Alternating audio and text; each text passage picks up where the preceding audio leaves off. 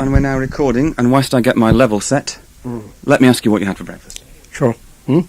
What did you have for breakfast? What did I have for breakfast? I had a curious breakfast, which consists of shredded wheat and orange juice and yogurt, yeah. I'm talking to Ralph Russell on the 24th of June 1992. Let's start at the beginning. Can you tell me when you became a communist? Yes, I became a communist in 1934, and I joined the party in December 1934 at the age of 16. I was told that I was given a special dispensation to be able to join. You're not supposed to be eligible until you're the age of 18. But I joined the party in December 1934.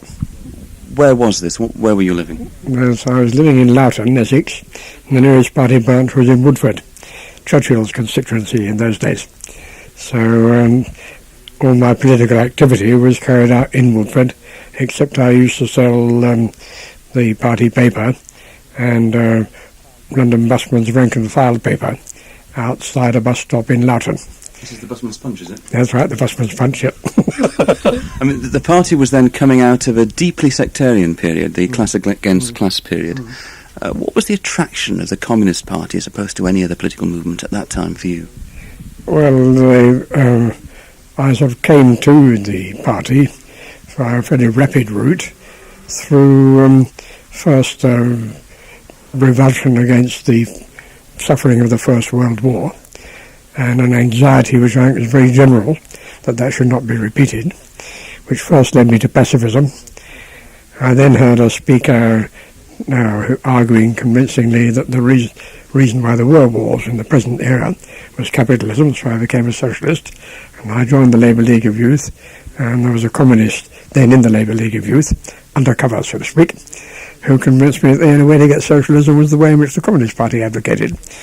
And I was very struck by the contrast between the absolutely clear-cut thought of the communists and the entirely woolly thought, as I thought, and as I still think it was, of the Labour Party at that time. So I became a communist. I think that I was fairly fortunate because it was only a few months after I joined the party that the Seventh World Congress was held, and the line of the People's Front became common. By that time I'd already begun to be very uneasy about the previous policy of the party and its over-optimism and its sectarianism and its conviction that they alone knew how to go forward, all this kind of thing. So the Seventh World Congress was a tremendous eye-opener to me and a tremendous source of satisfaction to me. And how did you first become involved in Indian affairs and working with Indian comrades? First, in a purely theoretical way, because we realised as communists that this was one of the main strategies of the Comintern was to ally the struggle of the working class in the Western countries with the struggle of the colonial peoples for independence. And of course I was familiar with that almost from the time of my entry into the party. I actually met Krishna Menon and one or two others in the India League at that time without having more than a very vague idea of what it was all about, other than the general concept that I've just described. But when I went to Cambridge in 1937, I was there from 1937 to 40, I met Indians there. Among them Indrajit Gupta, we all call Sunny, I believe he's still called Sunny in India, who is now a big shot in the CPI, Mohanaka Manamangalam, Parvati, and Arun Bose, who left the CP some time back, but when he first returned to India was shot straight into the leadership of the then CPI. I didn't know that they were communists. I could guess. I felt a sympathy with them simply as people who wanted Indian independence and were prepared to make sacrifices to attain it. The Communist Party in those days had a kind of underground group of Indian communists working under the tutelage of the British Communist Organisation. And I wasn't aware of the existence of it until I was put in charge of it in my last year at Cambridge. The other people who'd been in charge up to that time had gone down, and I seemed to be the most obvious choice. It didn't amount to anything much. I used to go and see Arun Bose and discuss things with him, but in fact the sort of so-called guidance was non-existent. They knew what they were doing and they did it. Who was looking after them before you? I think probably somebody called Ram Nahum. I don't know who heard of him. He was a very impressive student leader. He got killed during the war on one of the few bombs that dropped on Cambridge. And he was more or less the kind of unofficial but universally acknowledged leader of the Cambridge student communists in those days. And we were very strong in those days, of course. The Indians that you knew who were communists, were they communists before they came to Cambridge, or did they become communists in Cambridge? I can't answer that with any certainty, but I think the probability is the latter, that they were kind of left-wing congressmen, that kind of thing, before they came to Cambridge, and they became communists here. But that's a guess. I don't know for a fact whether that's so. When I spoke to Jyoti Basu, he said that he was entirely non-political until he came to London to study at the Temple.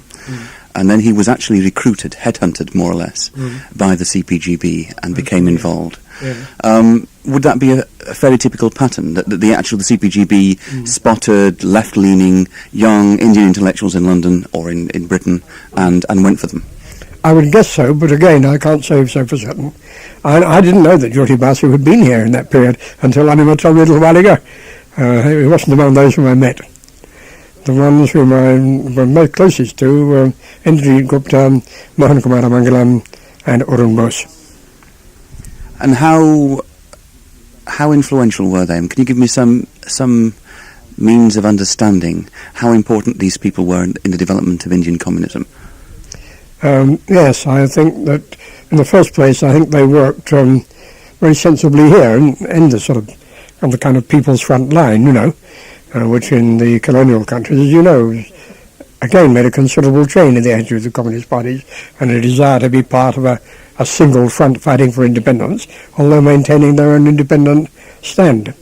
And they worked on the same lines here. There was a body here called the Indian Majlis, which was a sort of broad body of all Indian students in which and through which the Indian communists worked. When they went back to India, they were almost all, very improperly in my view, and immediately shot into the top leadership of the Communist Party. And I think that the attitude of the Indian Communist Party to the British Party was a very improper one. Very much partaking of the traditional kind of Indian attitude towards an elder brother, They thought that because people like Ben Bradley and other British communists had aided them in their struggle, and people like Palm Dutt had done a lot of theoretical work about India and given them guidance, anybody who came out of the British Communist Party stable, was something quite exceptional. And I think people were promoted to the leadership in the Indian Party who had no right to be there at all, and were simply promoted because they'd been trained in England. I know that Dange, of whom I formed a very poor opinion very early on, used to criticise us and be very sarcastic about it, and it's one of the few things on which I think he's quite right. Tell me a little bit more about this liaison group, this rather undercover group which you were in charge of. What was its purpose, and what did it do? How did it organise? Well, again, I don't know in detail because I was never involved in any detail in that work. I used to liaise with Arun Bose, and we used to talk about things, but I can't remember any sort of detailed organisational discussions. I knew that the general mode of working was that which I've described. But as far as I recall, they did a great deal of studying the history and the theory of British imperialism in India and of the independence movement and the struggle against the British in India. And when the Indian Party there illegally started bringing out a periodical called National Front, it wasn't formally speaking a Communist Party journal. That used to come here, and we indeed used to discuss the articles in that and talk about the problems raised there. Beyond that, I'm afraid I don't know. What was the attitude, as far as you remember, of yourself and Indian communists at that time in Cambridge to Palm Dutt, who is a deeply controversial figure, I think it's fair to say, within the CPGB? You think he was a deeply controversial figure at that time? No, I'm with retrospect, he is controversial. Yes. I'll come to that later. I think he was regarded with tremendous veneration. And I think that's to a large extent justified. I still think his book, India Today, is one of the best introductions and studies of British imperialism in India and in the rise of the national movement and so on. I think there are grave weaknesses in it, which I didn't become aware of until after I'd been in India myself. But all the same, I think it's a wonderful book. Would Palm Dutt come and address and talk to and instruct and lecture the Indian communists in Cambridge? I've no idea, but I would think probably not. Moving on from Cambridge to your own time in India, Yeah. when did you first go out there? I was posted on attachment to the Indian Army in December 1941. And we went by sea round the Cape because of the Axis control of the Mediterranean at that time. And I arrived in India in March 1942. By that time I'd been in the Communist Party, 8 years? Getting on for 8 years. And from quite early on, I hoped that there'd be some means of making contact with the Communist Party.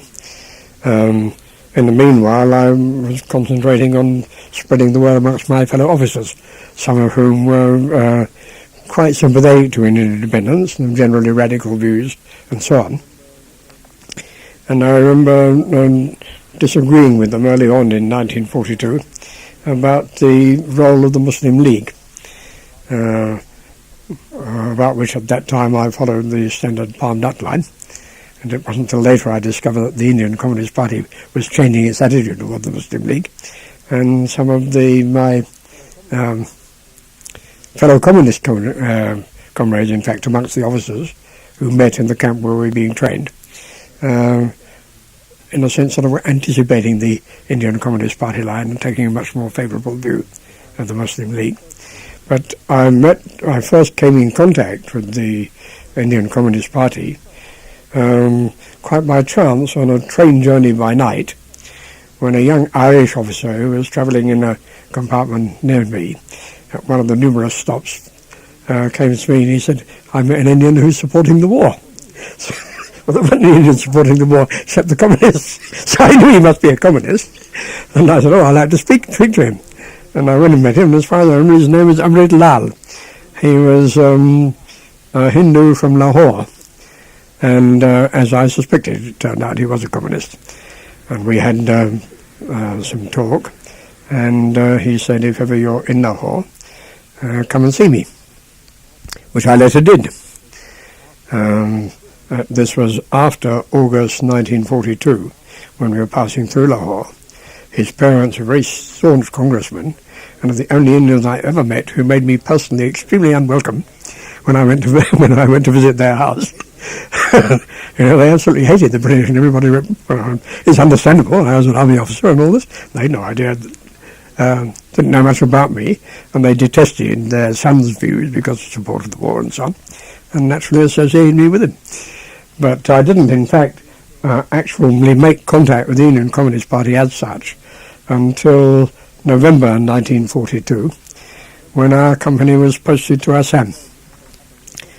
And again, it happened purely by accident. We were passing through Guwahati in Assam, and one of my sepoys was injured and had to go to hospital.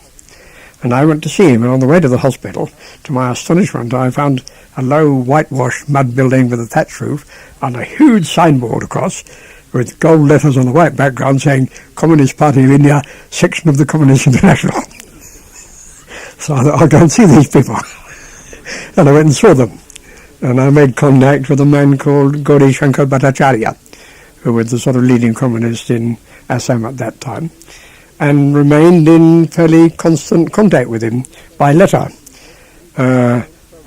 We went further on beyond Guwahati, up to Dimapur, sort of the foot of the Naga Hills, and we wrote to each other frequently from there, in our innocence, in an entirely open manner about our views and everything, until Gauri Shankar was reprimanded from above, telling not to be so open in his correspondence with me, after which he again wrote an extremely explicit letter, beginning by saying, "After all, this is an imperialist country, and we should not write so openly." It seemed to me to be a contradiction in terms. However, but it was through him that I established contact with the Indian Party, and I had always thought that it was my job to learn Urdu and to talk to my own sepoys and to spread the gospel of communism amongst them, which I proceeded to do. I later learned that this was not at all the attitude of the Indian Party. They thought that the British comrades should confine their activities to the British comrades, something which I never accepted and which I still don't accept. I think they're quite wrong. But when I first went on leave, I got leave in, I think, May 1943. By that time, the CPI had been legalised, and I went and spent my leave at party headquarters in Bombay. And I remember, as a shock to all the comrades there, we were told we must carry our arms at all times. I walked into Communist Party headquarters with a rifle over my shoulder and was told not to do it again. But I talked with P.C. Joshi, who was then General Secretary of the party, told him what I was doing. He didn't like the idea much, I think. I said that I wanted to write a sort of statement about what I thought should be the attitude of the CPI to the Indian Army and how they ought to work in it and so on, which I did. And I imagine it no longer exists anywhere. I wish it did, because I'd like to see it again. I still don't think I would take anything back about that.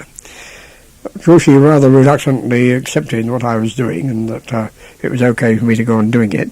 But he said, don't talk to anybody much about it, and I shall put Comrade Vishwanath Mukherjee in charge of you, which he did. Actually, Vishwanath Mukherjee never did anything about me. And when I occasionally used to pass through Calcutta after that, I used to talk to Indrajit Gupta about what I was doing. And when I was ultimately posted from there, I gave him a list of the names and addresses in their own home areas. They were all in from southern India, of the sepoys who were under my influence and who was giving money to the party and reading the party journals in the provincial languages and so on. It was much easier to do that kind of work than one might imagine, because nearly all British officers at that time were viciously hostile to everything Indian and had no intention of learning Urdu, which they were supposed to do, so they didn't know what the hell I was saying to the sepoys, which was very convenient. And also because, although the recruits to the army were quite carefully screened, under the pressure of the needs to expand the army because of the Japanese entry into the war, they were less carefully screened than before, and some people with nationalist views or anti-British views got into the army, and some of them were in my unit. When I was first there, the way I went about it is that I knew from we had records, of course, of all our sepoys, and in their records were the addresses of their home address, where they came from. And I knew that in Kerala, from which some of my sepoys came, that there was a place called Chirakal Taluk. Taluk is the equivalent of a tehsil in northern India, as I expect you know. And I knew that it was impossible that anybody who came from Chirakal didn't know about and probably wasn't sympathetic to the party. So I sorted out people who came from Chirakal and started talking to them, and it gradually spread in that way. But my contact and my actual sort of links with the Indian Communist Party were in effect virtually confined to occasional meetings with Indrajit Gupta whenever I happened to have the opportunity to pass through Calcutta, which was not very often. What was the temper of communist activity like, particularly in Calcutta? I mean, how large was the party? How influential? Well, that's something that Anima could tell you more than I could. Although it would be early days for her, it was sort of between 42 and 44 that I was there. But I don't know, Andrew, because, I never had any sort of contact with civilian life at all. We were miles away from any kind of civilian contact, and all my political work was with the sepoys from southern India, stranded in the jungles of Assam, and with no contact of any kind with civilian life. So I don't really know. I mean, I can only guess from what I knew from the party papers and so on. You talk about the CPGB more or less taking Indian communists under the party's wing. Was this on Comintern instructions, or was this the CPGB just seizing an opportunity? I don't know. I would guess whether under Comintern instructions or not, I would guess the CPG would have done it. I think maybe that when people like Ben Bradley and Spratt were sent to India to help organise the trade union movement, the initiative in that may have come from the Comintern, but I don't think that there would be any reluctance on the part of the British Party by that time to accept the Comintern instruction very gladly. In the very early days, as you may know, in 1920, there were people in the British Party who were were very strongly against allying with the independence movement of the colonies, and Lenin spoke about them at the Second Congress in 1920 and told them off very roundly. On the whole, do you think the influence of the CPGB was benevolent? Yes, I do think so, on the whole. I think that what was wrong was the excessive importance attached to it and the excessive reverence accorded to CPGB-trained Indian communists returning to India. But I think at that period, and I think it's a very different situation at a later period, at that period I think the influence of the CPG was benevolent, yeah. A personal question, which you may not want to answer, but I mean, do you remain a communist? Are you a card-carrying communist or communist in inspiration? I remained a communist, card-carrying communist, up to the last year of the Communist Party's separate existence. And by that time I thought there was no point in me remaining as part of the Communist Party. I've always regarded myself as a communist. I still regard myself as a communist. And I joined the Democratic Left when the Democratic Left replaced the CPGB. Because rather to my surprise, there was nothing that the Democratic Left said which I didn't agree with, but I would wish any Communist Party to say a great deal more than they say. That's roughly my position, you know. But I still regard myself as a communist. And I think I like to think that I'd continue to be a communist, even if every other person in the world ceased to be a communist. I would still want to be a communist, I think. You worked for many years at SOAS. I did, yeah. Was SOAS in any way a recruiting ground for people who went on to be leaders of communist movements in other parts of the world? Not that I know of, and I think if that ever did happen, I know that Kenyatta at one time was an assistant lecturer at SOAS, but if it did happen, I would imagine that it was nothing to do with the influence of SOAS at all, but they were there for other reasons, and that their politics developed for other reasons too. I certainly don't know any instance of that kind. Well, I'll ask you a leading question. No, of course, explain your reservations about the attitude between the two parties. Well, I first became aware of something which I considered and still consider to have been seriously wrong.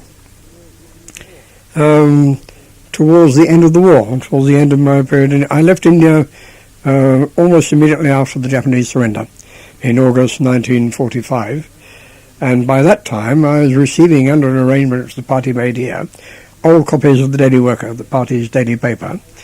They made an arrangement whereby people who were willing to do it would collect back copies and send it out to selected people in the forces in different countries. And I was horrified to read in the Daily Worker what I felt to be more or less a kind of echo of the standard British imperialist line. What a pity that the Congress and the Muslim League can't agree, we want to give them independence and they're quarrelling together and all that, which I was absolutely outraged by, and which I continue to be outraged by. In other words, instead of concentrating their fire upon the British manoeuvres, they more or less joined with the British in this supposed lamentation of the fact that the Indians couldn't agree, and therefore, what could we do, you know? This was because of the honeymoon with the Labour government, was it? No, this is before the coming of the Labour government. This is from 1944 onwards. I remember, for example, when Wavell called together the Congress leaders and the Muslim League leaders for conversation there was an editorial of this kind. And it was quite different from what the Indian Party was saying, and I thought the Indian Party was right. I also discovered, after I came back to England, two things. First, that the British Communist Party had never followed the Indian Party's chain of line about the Muslim League. And not only that they hadn't done that, but that most of them, including Harry Pollock, wasn't even aware that the Indian Communist Party, since 1942, had been taking this line towards the Muslim League. And many of us who came back from India, people in the forces like John Savile, Brian Pierce, myself, others, stormed into King Street and said, what the hell do you think you're up to, And the British Party leadership took a very poor view of that and considered the Indian Communist Party was organising British communists to go in and sort of attack them, To which my answer would have been, and would still be, even if they were, which they weren't, what the hell's wrong with that? If there's something wrong in the relations between the two Communist parties, what's wrong with the Communist Party? One of the Communist parties getting it taken up. And I raised the thing very sharply, and as a result of that, the British Party's political committee invited Dungy, who was a sort of more or less a kind of Communist Party of India representative here during the war years, for various rather unsavoury reasons, I'm told. They wanted to get him out of India. He was involved in some illicit affair, some scandal, sexual scandal with somebody or other. I don't know whether this is true or not, but I can believe it's quite possible. And he came to England and was here for the greater part of the war. And the political committee invited Dungy to come and make a report to it. And Dungy, who was a very outspoken person, said to me afterwards, I knew him quite well in those days, he said, well, I've always liked Harry Pottett. And he said, after I made my report, Harry Pottett said, well, I'm always accused of being ignorant, and so I am. But I didn't know until this moment that the Indian Communist Party supported the Muslim League. And I subsequently reflected, what the hell are people like Dutt, who followed Indian things closely, what was he doing that he didn't raise the question of the Indian Communist Party? And I then thought, what the hell was Dungy doing too? He's been here all this time, why didn't he put it to them? But Dutt then wrote an article in the Labour Monthly for April 1946, blasting the Indian Communist Party line without any sort of previous warning to them at all, when they were under vicious attack in India from everybody. And the Communist Party headquarters in Bombay were under siege, and people didn't dare go out, they'd have been lynched and this kind of thing. He didn't bother about that. And that contrasted for me very markedly with their attitude towards the American Communist Party. Where they very carefully refrained from criticising openly because of Browder's line, which I expect you know about, don't you? Do you not? The then leader of the American Communist Party was a man called Earl Browder. And after the Tehran meeting with the Big Three during the war, he took the line that the dominant forces in India and Britain would continue in the Soviet alliance after the war. And our job, therefore, was to look forward to this period when the old sort of imperialist powers' antagonism to the Soviet Union would have disappeared, etc., etc. And the French party leader, Duclos, round about the middle of 1945, wrote a vicious public attack on this line. And at the first Congress of the British Communist Party that I attended after I came back in November 1945, people were criticising from the floor the party leadership for not having done what Duclos had done.